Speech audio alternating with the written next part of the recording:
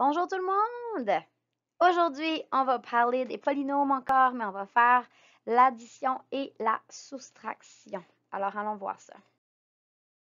Donc, d'abord, ce qu'il faut comprendre, c'est que si on veut additionner ou soustraire des polynômes, on doit d'abord le faire sur les coefficients, donc sur les chiffres qui sont devant les variables, et il faut aussi que ça soit des termes semblables. Donc, avant d'additionner ou soustraire des coefficients, tu dois d'abord regarder est-ce que ce sont des termes semblables? Oui. Ensuite, je peux faire l'opération demander. Donc, voyons un exemple. Si j'ai 6y moins 2y, alors là, je regarde, est-ce que y et y, c'est la même lettre? Oui. Est-ce que c'est le même exposant? Oui, c'est exposant 1, exposant 1. Donc, ce sont des termes semblables car c'est y. Alors, tu vas soustraire leurs coefficients. Tu vas faire 6 moins 2 à la calculatrice ou dans ta tête. Et ça donne 4. Et ton terme reste inchangé.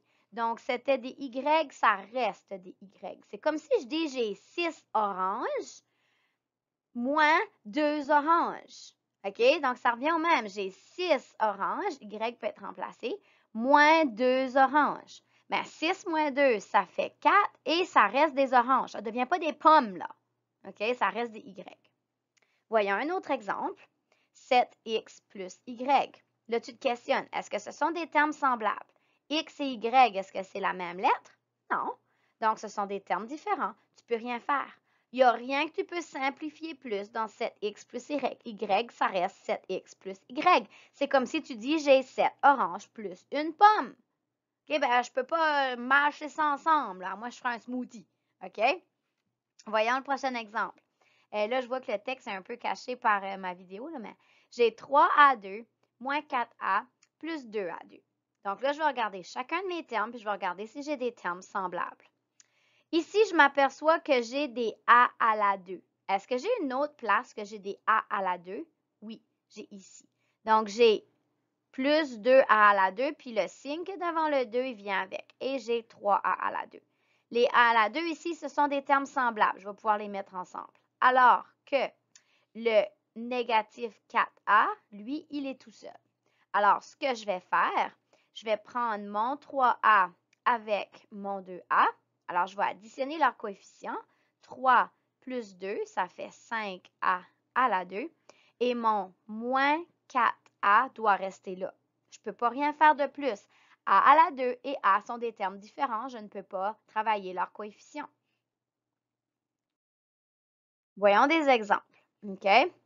Donc, ici, simplifie.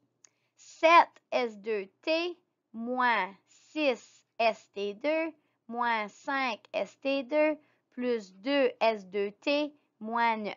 Fait que là, moi, ce que je vous encourage, c'est de prendre un surligneur et de trouver vos termes qui sont pareils. OK? Donc, je vais prendre un verre et ici, je vais choisir mon 7S2T. Est-ce qu'il y a une autre place que j'ai des S2T? Il faut exactement que ça soit ça pour des termes semblables. Donc, là, j'ai ST2, c'est pas la même chose. ST2, c'est pas la même chose. Ah! Je l'ai ici. Plus 2 S2T. Vois-tu? S2T, c'est pareil. Donc, ça, ce sont des termes semblables. Je vais pouvoir travailler les coefficients de ces deux-là. Je vais prendre une autre couleur. Prochain terme que j'ai, c'est négatif 6 ST2. Ça fait que là, j'ai du ST2. Oups, j'aurais pas dû prendre cette couleur-là. ST2. Est-ce que j'ai un autre ST2? Oui, ici. Donc, j'ai négatif 5 ST2. Donc, ça, ce sont deux termes semblables. Et c'est quoi le dernier terme qui me reste? Ben, c'est négatif 9. C'est un terme constant et je n'ai pas d'autres termes constants, fait que lui va rester tout seul. Fait que là, maintenant, je vais appliquer toutes ces choses-là ensemble. OK? Alors, je vais pouvoir mettre mon 7 ST2 avec mon 2 ST2. Donc, 7 plus 2, ça fait 9 S2T. Ensuite, je vais faire mon prochain, donc mes bleus. OK? Alors, j'ai négatif 6 moins 5. Une dette de 6, une autre dette de 5, donc ça me donne une dette de 11 ST2. Donc, ça, c'était les ST2. Vois-tu? Mes variables ne changent pas. C'est juste mon coefficient devant qui change. Et So, j'ai fait les verts, j'ai fait les bleus. Tout ce qui me reste, c'est mon terme constant, moins 9. Et là, je peux prendre une petite minute. On a déjà vu comment écrire de la bonne façon des polynômes. Allons voir s'ils sont bien écrits dans le bon ordre. Allons voir le degré de chaque terme. Donc, ici, j'ai 3 termes. Donc, ici, j'ai 2 plus 1, j'ai un degré de 3. Ici, j'ai 1 plus 2, j'ai un degré de 3. Ici, vu que j'ai un terme constant, c'est un degré de 0. Alors, 3, 3 et 0, c'est bien. Ça fait ces deux-là, vu qu'ils sont degré 3, je vais aller voir l'ordre alphabétique. J'ai ST, ça va. Puis là, vu que le S2 est sur le 2 est sur le S, ça va être le bon ordre. Alors, ma réponse finale était déjà bien écrite. Moins 11 S, T à la 2, moins 9. Le prochain exemple, c'est avec les parenthèses. Et là, je vais aller expliquer un peu plus tard. Mais c'est un peu le même principe. Donc, le but, c'est de reconnaître mes termes semblables. OK? Alors, ici, j'ai des X. J'ai 8X. Est-ce que j'ai d'autres X quelque part? Ah oui, ici, j'ai négatif 2X. Ensuite de ça, j'ai des Y, moins 9Y. Est-ce que j'ai d'autres Y? Oui, j'ai plus 3Y. Et regardez comment je prends tout le temps le signe qui est devant mon coefficient. C'est important. Et mon prochain, j'ai un terme constant de 10 et j'ai un autre terme constant ici de négatif 1. Alors, voilà comment on va combiner. So, ici, j'ai 8x plus négatif 2x. So, 8 plus négatif 2. Ça revient au même de dire 8 moins 2. Donc, ça me fait 6x. Ensuite, j'ai négatif 9y plus 3. Et ça fait négatif 6y. Et ensuite, on va faire nos termes constants. Donc, j'ai 10 plus négatif 1. Et ça fait plus 9.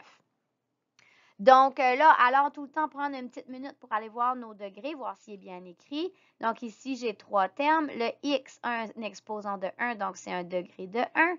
Le y a un exposant 1, c'est un degré de 1. Et mon plus 9 a un degré de 0. Donc là, vu que c'est 1 et 1, je vais aller par ordre alphabétique. X, Y, il est bien écrit. Maintenant, allons voir plus d'exemples. Là, vous allez en faire comme ça quand on additionne avec des parenthèses. Okay? Il y a 2 façons d'additionner avec des parenthèses. Je vais vous il y en a plus, là, mais moi, je vais vous montrer 2 façons, puis tu fais elle que tu préfères. OK?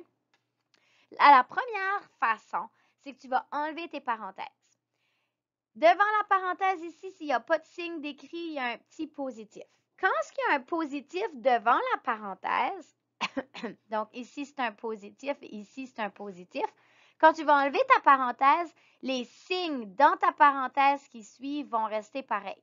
So, si je vais enlever cette parenthèse ici, vu qu'il y a un plus devant, je vais juste tout réécrire sans rien bouger, sans rien toucher à mes signes. Donc, ça va rester 8A moins 6B plus 10.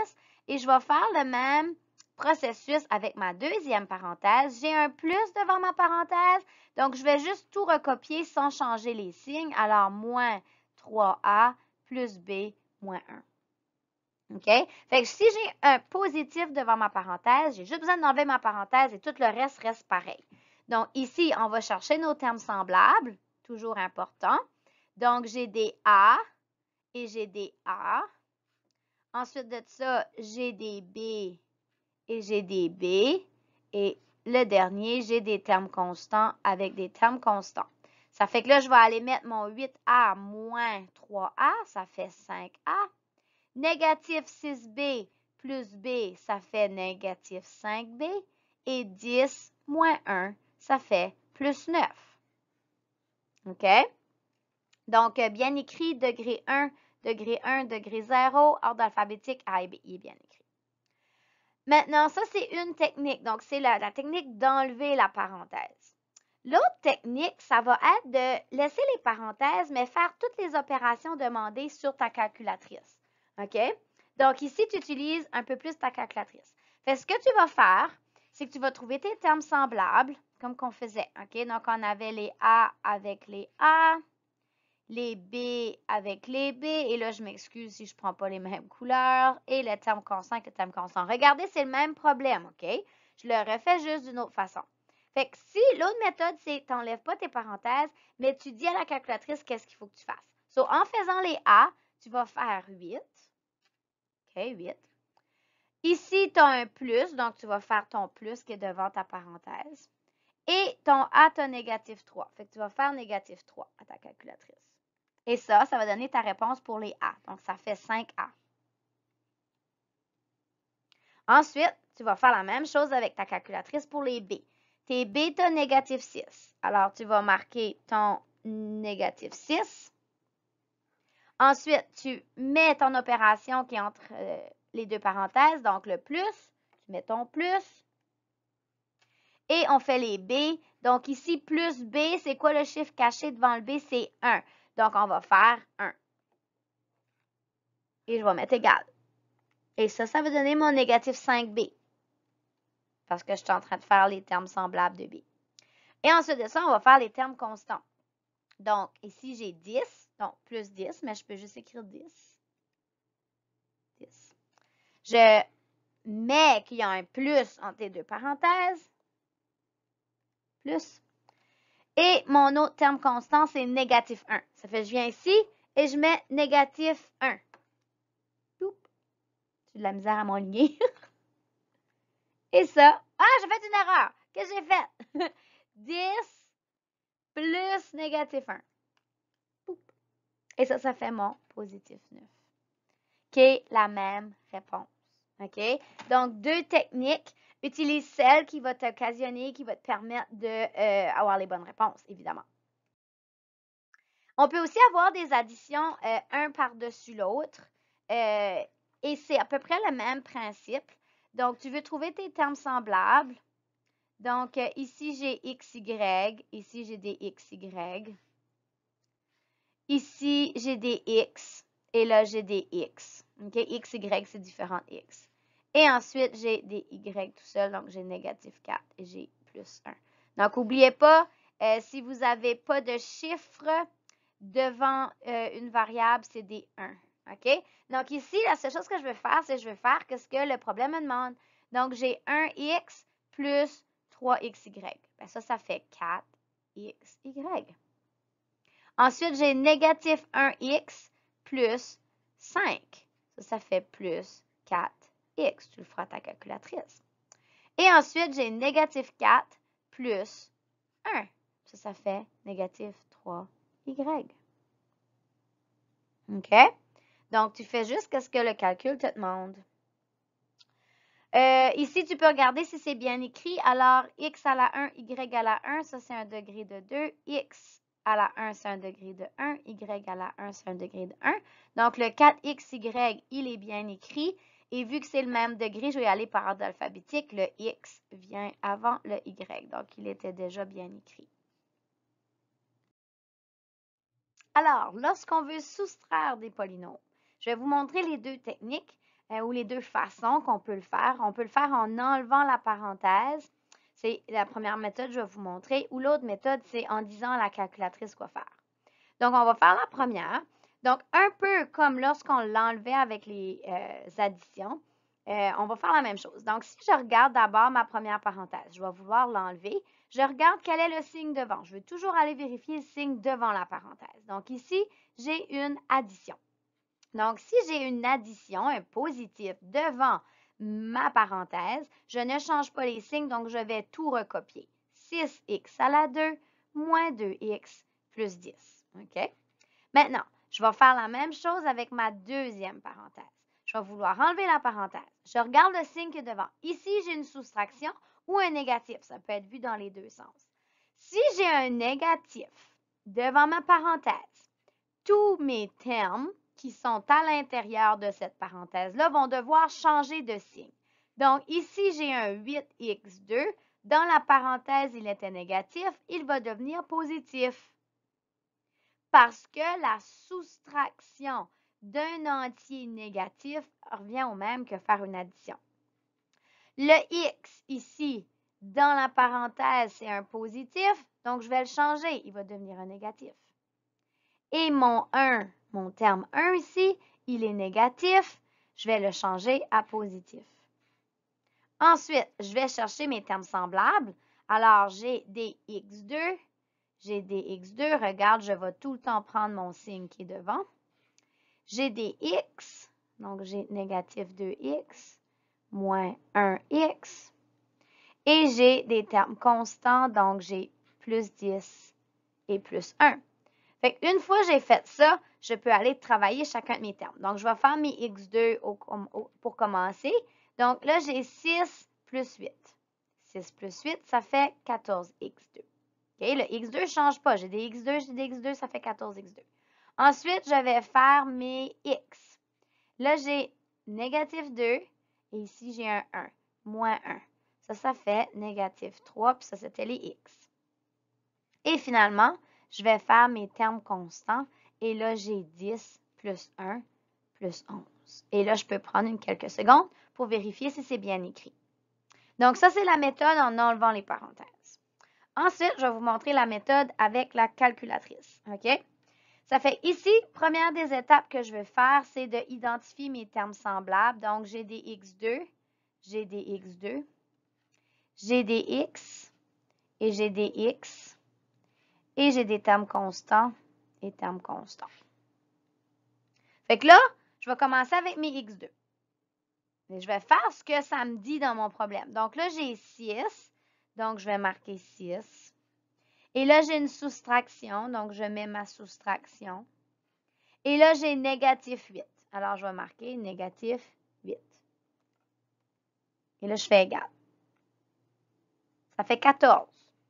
14x2. Ça me donne la même réponse qu'à côté. Ensuite, je vais aller faire mes x. Mes x, j'ai négatif 2. Fait, je vais aller ici, je vais faire négatif 2. Ensuite, j'ai une soustraction, donc moins. Et ici, j'ai 1. Égal. Négatif 3. Ça fait la même réponse. C'est de la magie. Faites de la magie. Et finalement, on va faire nos termes constants. Alors, 10 moins. OK, donc le moins est là. La soustraction. Et ici, dans la parenthèse, j'ai négatif 1. Alors, négatif 1. Et ça me fait 11. Ça fait la même réponse. On peut aussi voir une soustraction un par-dessus l'autre, comme ça. Habituellement, moi, je vais juste utiliser la méthode de la calculatrice. Donc, je vais d'abord identifier mes termes semblables. Donc, j'ai des xy, j'ai des x et des y. Donc, ici, je vais utiliser ma calculatrice et je vais faire les opérations demandées. Donc, j'ai 8 moins 9. OK? Donc, ça donne négatif 1 xy. Je n'écris pas le 1. Ensuite de ça, j'ai négatif 6 moins 2. Fait que si tu le pitonnes à la calculatrice, ça va te donner négatif 8x. Et ensuite, je vais faire mes y. Et là, j'ai 2 moins 1 qui va faire plus 1y, mais j'écris pas le 1.